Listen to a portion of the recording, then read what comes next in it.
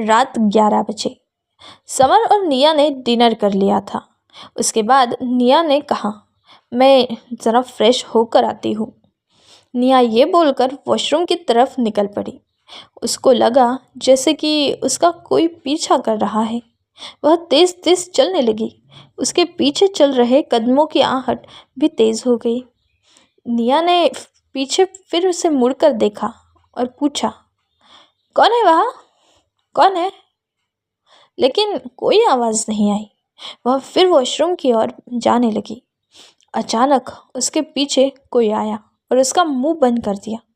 निया छटपटाने लगी और चिल्लाने की कोशिश करने लगी। वह उसको खींच कर ले जाने लगा और बाहर कॉलेज कंपाउंड से दूर ले आया। उस आदमी ने उसे ज़मीन पर फेंक दिया। निया ने उसको खड़े होकर देखा। अंधेरा होने की वजह से वह उस आदमी का चेहरा नहीं देख पा रही थी। उसने देखने की कोशिश की। वह आदमी आगे आया तो निया हैरान रह गई। वह और कोई नहीं बल्कि समर का सौतेला भाई माइक था। निया चीख कर, माइक तुम मुझे यहाँ इस तरह से क्यों लाए हो? ये क्या बदतमीजी है? तुम्हारे भाई को पता चला तो अच्छा नहीं होगा। माइक ने हंसते हुए कहा, तुम अब यहाँ से नहीं जा सकती। निया भागने की कोशिश करने लगी। माइक उसके सामने आ गया। निया ने माइक को थप्पड़ मार दिया। माइक जोर जोर से हंसने लगा। उसने निया का हाथ पकड़ लिया। निया ने हाथ छुड़ाया और वहाँ से अंदर कंपाउंड की ओर भागने लगी। माइक ने अपना रूप बदल लिया। वह खूंखार बन गया। माइक को ऐसे रूप में देखकर निया की चीख निकल गई। माइक पूरा वैम्पायर बन चुका था। निया ने डरते हुए कहा, तुम कौन हो? माइक ने जवाब दिया, वैम्पायर। वैम्पायर? झूठ, वैम्पायर नहीं होते।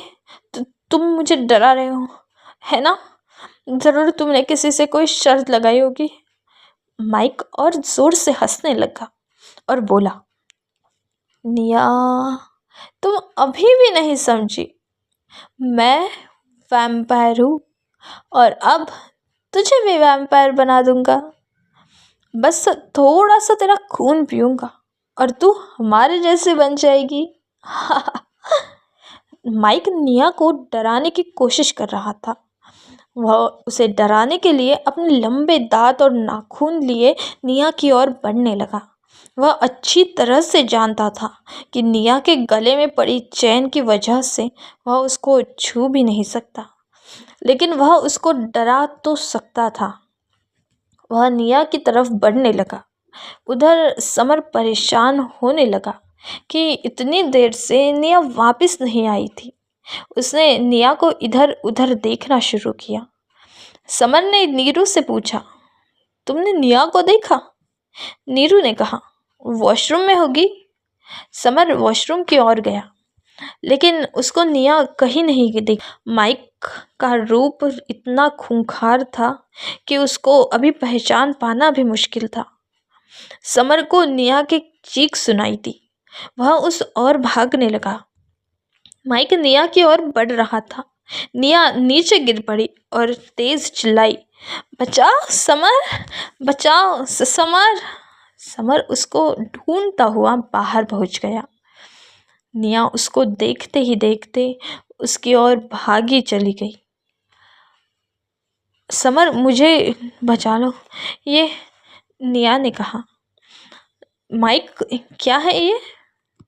तुझे कहा था ना कि निया से दूर रहना, कहा था ना। समर ने माइक से ये कहा और माइक को मारने दौड़ा। निया ने उसको रोकने की कोशिश की और कहा, ये खूंखार है, चलो प्लीज़। समर को अब बस माइक दिखाई दे रहा था। उसने माइक का गला पकड़ लिया, लेकिन माइक ने समर को दूर उछाल दिया। समर दूर जाकर गिरा। निया दूर खड़ी समर को वहां से भागने को कह रही थी। माइक बार बार समर को मारकर दूर फेंक देता पर और निया की ओर बढ़ने लगता। जब समर उसका मुकाबला नहीं कर पाया, उसने भी माइक की तरह खूंखार वैम्पायर का रूप ले लिया। जब समर माइक का मुकाबला नहीं कर पा रहा था तो उसने भी माइक की तरह ही खूंखार रूप वैम्पायर का ले लिया। समर का ये रूप देखकर निया के पैरों तले ज़मीन निकल गई। उसी समय माइक सामान्य रूप में आ गया और हंसने लगा। फिर वह बोला, देख निया, देख, तेरा समर एक वैम्पायर है। देख निया, देख। नहीं, ये नहीं हो सकता। समर और वैम्पायर। निया ने अपना सिर पकड़ लिया। समर माइक के चाल समझ चुका था। समर की सच्चाई सामने लाने के लिए उसने ये चाल चली। माइक चिल्लाकर बोला, यही है, यही यही मैं तुझे सुबह से बताने की कोशिश कर रहा था। मैं ही था। समर ने तुझे अंधेरे में रखा।